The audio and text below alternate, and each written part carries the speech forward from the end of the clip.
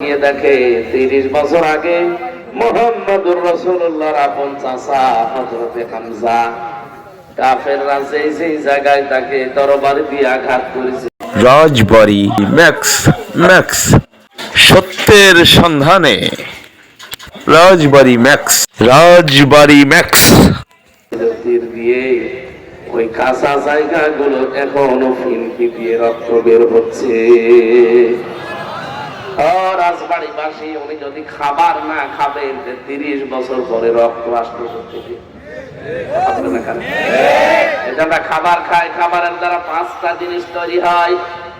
যে কোনো খাবার খেলে প্রথমে খাবারের নির্যাস থেকে তৈরি হয় পিত্তরস, যেটাতে খাবার হজম হয়।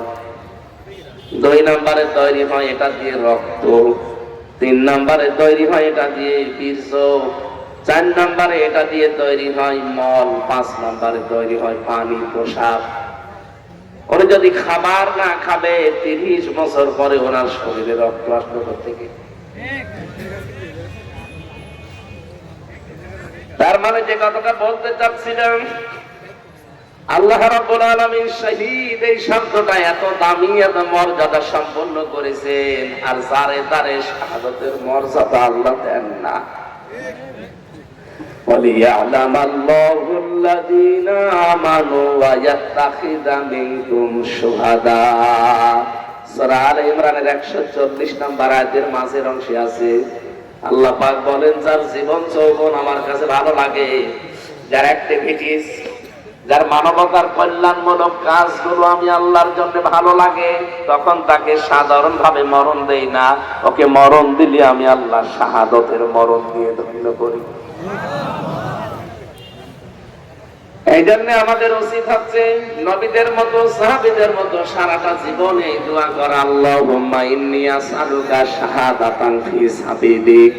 হযরত ওমর বলেন, সারাটা জীবন দোয়া করতাম, আল্লাহ তুমি যদি মরণ দাও বিছানায় পড়ে এমনিতেই মরণ দিও না, সাধারণ ভাবে তুমি আমার শাহাদতের মরণ দিও। এজন্য শহীদ যারা হয় ওরা কিন্তু অনেক দামি, ওরা এমনি এমনি শাহাদতের মরণ পায় না।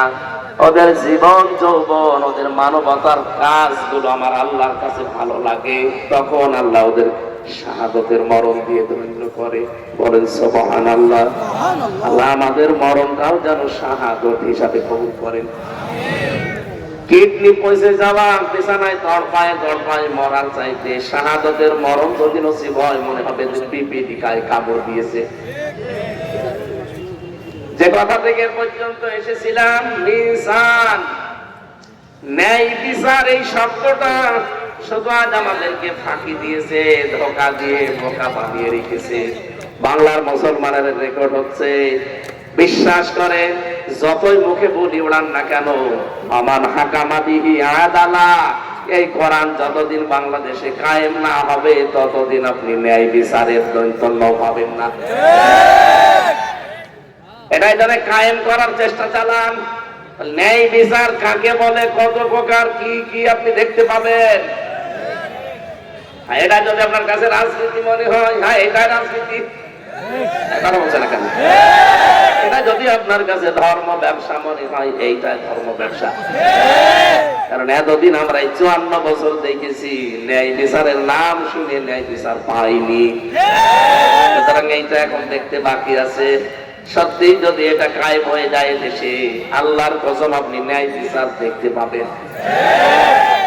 আর আমার বড় আশা এটা আমরা দেখতে পাবো ইনশাআল্লাহ। কারণ কি,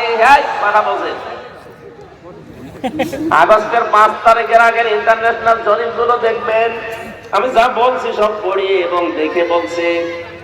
যতগুলো জরিপ এই দেশে আগস্টের ৫ তারিখের আগে আমরা দেখেছিলাম, আমেরিকা, ভয়েস অফ আমেরিকা, এটা খ্রিস্টানরা চালায়, মাইক্রোসফট এটাও খ্রিস্টানরা চালায়। আমেরিকার গোয়েন্দা বিভাগ যারা, এরা আমরা একটাও খালাতো ভাই না, চাচাতো ভাই না, মামাতো ভাই না, কথা বলে না কেন? সব আমাদের শত্রু। তারপরেও রিপোর্ট দিত, এই দেশের মাত্র ১০০ জনের ১৫ জন কোরআনে কারিম এই দেশে কায়েম হোক এটা চাইতো, মাত্র ১০০ জনের ১৫ জন। কিন্তু জানুয়ারিতে রিপোর্ট বেরানো আরম্ভ হয়েছে দেখেছেন, মাত্র 4.5 মাস 5 মাসের ব্যবধানে এই দেশে এখন 100 জনের 58 জন মানুষ চাচ্ছে দেশে কোরআনের বিধান কায়েম হোক।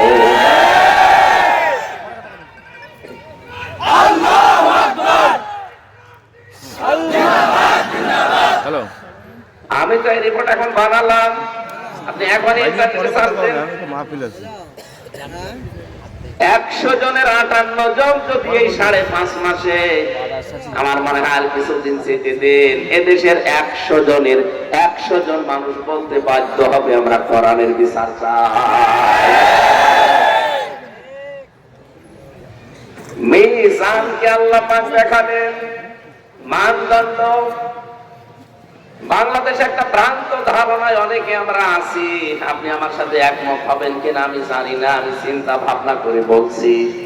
এখানে খয়ম ভাই সহ সবাই আমরা জানি মিজান মানে দাড়ি পাল্লা, আর কিয়ামতের দিন আল্লাহ দাড়ি পাল্লা আনবে, একদিকে নেকি আর একদিকে বদি তুলে দেবে, এটা জানেন না? এবার আমার প্রশ্ন, জবাব দেবেন ভাই আপনি। কিয়ামতের দিন আল্লাহ মিজানের পাল্লায় মাপ দেবেন কি আমল? আমল কি মাপ দেবে? আমল। আমল মানে কাজ, বলেন বলেন। কোনদিন একটু চিন্তা এসেছে আপনার মাথায় যে আমল মানে কাজ? কাজ কি মানুষ দাড়ি পাল্লায় তুলে মাপে যে 5 কেজি কাজ? বলে চিন্তা করা লাগবে না। আফালা এত দাব্বার উনাল কোরআন, কি হয়েছে তোদের কোরআন নিয়ে কেন চিন্তা ভাবনা করা আসে না? আজকে থেকে আপনার চিন্তার খোরাকি দিয়ে দিলাম, ভাববেন যে কাজ কিন্তু মানুষ দাড়ি পাল্লায় তুলে মাপে না, কাজ মাপার জন্য আলাদা যন্ত্র আছে। এই যে স্টেজটা, এটা যদি আপনাকে আমি মাপতে বলি এখন দাড়ি পাল্লায় তুলে দেবেন? এটা মাপার জন্য আলাদা যন্ত্র আছে, তার নাম ফিতা। ফিতাটা গজ দেন, আমি মেপে দেবো যে কত ভাই কত ফিট আছে। এটা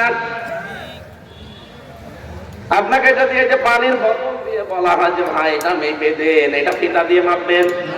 কি দিয়ে? এটা সিসি দিয়ে, লিটার দিয়ে এটা মাপা লাগে। আপনাকে যদি এতগুলো লবণ আছে, এই লবণটা যদি বলা হয় ভাই মেপে দেন, ফিতা দিয়ে মাপবেন, এটার জন্য কেজি লাগবে, পাথর লাগবে, কথা বলে টাকা। পৃথিবীর যত জিনিস আছে প্রতিটি জিনিস পরিমাপ করার যন্ত্র আছে না নেই? তাদের নামও আলাদা আলাদা। তাহলে দুনিয়াতে কাজ আল্লাহ মাপবে, কাজ আমল বলা হয় আরবিতে, বাংলায় কি বলেন তো? কাজ কি কেউ কোনদিন দাড়ি পাল্লায় তুলে দিয়ে মাপতে পারবে? 5 কেজি কাজ আর 10 কেজি কাজ? কাজ মাপতে হলে কি লাগে? গুরুত্ব লাগে। কি লাগে?